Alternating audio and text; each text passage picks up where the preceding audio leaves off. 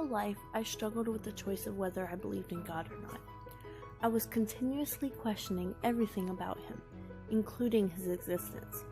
I questioned him so much that I was an inch away from completely doubting him, and that is what I would call rock bottom. Growing up was semi-difficult for me. I had to learn to live a normal, everyday life with anxiety and depression. I was hating myself to the point where I didn't want to live anymore. I thought it was a mistake and I had no reason or purpose to be on this earth whatsoever. Then I started getting signs. The sermons on Sunday mornings were relating to my current predicaments spot on every Sunday. I would look through my Bible, flipping to the most random page I could, and landing on a page meant just for me. I needed someone else to discuss this with, but I felt guilty. I felt wrong. I needed the answers. I couldn't do it all on my own, but I didn't want anyone knowing I had these questions. I didn't want to admit I had doubts. The signs weren't enough, so I started talking to my Corps officer, asking her for advice, asking her how I could know whether God is real or not, where my proof was. I was still depressed. Every time I thought I was getting another sign, my mind would stomp on that tiny bit of belief. My mind would come up with as many excuses as possible other than it being God speaking to me. I didn't know what to do. I thought I was going to give up, but something told me not to. I had so many people standing 10 toes behind me. I had so many people who believed in me. Then there was youth councils. No matter how hard this is to say, to admit, it needs to be addressed. I always went to youth councils for the wrong reasons. I went to church for the wrong reasons.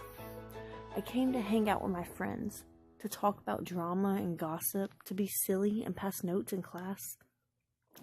I came because it was fun, not because I wanted to learn about God. I zoned out and didn't pay attention when anyone would speak of him. I was going down the wrong path, hanging out with the wrong crowds, doing the wrong things outside of church, and looking for the wrong things outside of church. I was not headed towards a bright future. To be honest, I was headed towards a rebellious and ungodly future. I used to roll my eyes and think everyone was crazy when they talked about him. I thought everyone was making it up. It was silly to believe in someone you couldn't see. I referred to the Bible as just another book in the library. How did everybody know whether the Bible spoke the truth or not? I envied people who could brag about his presence. I envied people who were genuinely happy because they had God living in their lives. I didn't understand. What does it feel like? Why couldn't I feel that? What was so wrong with me that God didn't want me to experience him and love him and feel his love and care that everyone else felt? It wasn't fair. The signs I was getting were so overwhelming. I was getting mad and confused. I wanted answers to questions that didn't have answers. I was getting impatient. Why couldn't anyone answer these questions? They'll never go away. Then there was youth councils. The whole weekend felt like everything was meant for me. Everything they talked about was directed at me. Everything. Sunday morning we were all listening to the sermon, and it was getting so emotional. God had his hands set on everyone's shoulders that morning, telling them everything was going to be okay. People were crying and it was intense, but I had my attention on one thing, and that was his words to me. I was wide-eyed and amazed. That officer was speaking to me, sitting there listening, taking in everything he was saying. That's when I realized the subject of the sermon wasn't aimed at one topic for the entire group. God was speaking to each one of us in that group individually.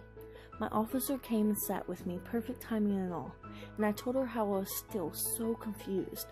I was overthinking again. She asked if she could pray with me, and at that moment I wanted nothing more. So right there in that seat, she prayed with me. I listened closely to each and every word she was saying, interested to know what she felt and what she thought God could do to help. To my astonishment, she thanked him for me. She asked him to clear my head and put peace on my mind and her heart, and she thanked him for me. Before she could finish praying with me, my stomach started going into knots, and my heart felt heavy. Next thing I know, I was crying, and I had no idea why. I was only getting more confused. So my friend and I went to the bathroom, and I cleaned myself up, only to sit back down and start crying again. What was happening? I never cry in front of people, and now I couldn't stop. So I left the room a second time, this time by myself, and I broke down in tears. My hands started shaking and my legs were trembling. What was happening to me? Before I could even think about it, before I could even comprehend what I was doing, I got down, tear-stained cheeks and trembling hands, and I started praying.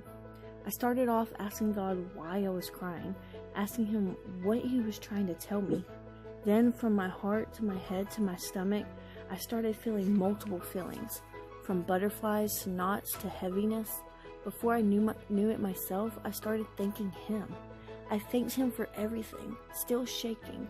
I could barely breathe, but with the bits of breath I could manage, I used to thank Him. Then all of a sudden, I felt the weight lift off of me. The butterflies were gone, my head was no longer pounding, and my shaking settled down. I felt weightless, like I could float, like I could fly. What just happened? My mind started running 100 miles per hour again, trying to figure out what happened.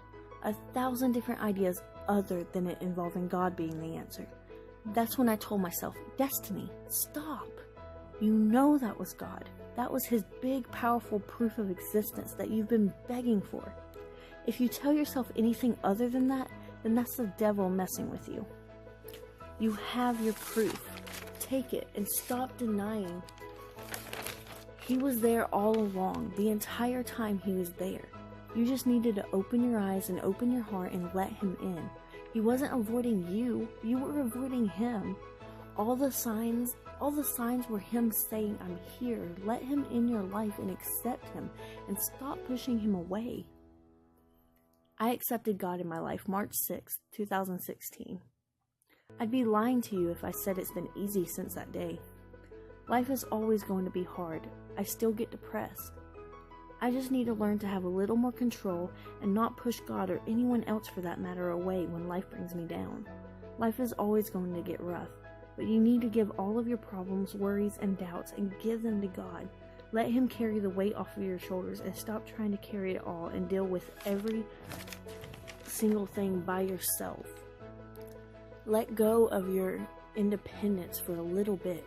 Admit that you can't do it on your own. Admit that you need the Lord to carry you through the next obstacles sometimes. Whatever problems you face or are facing, He already knows.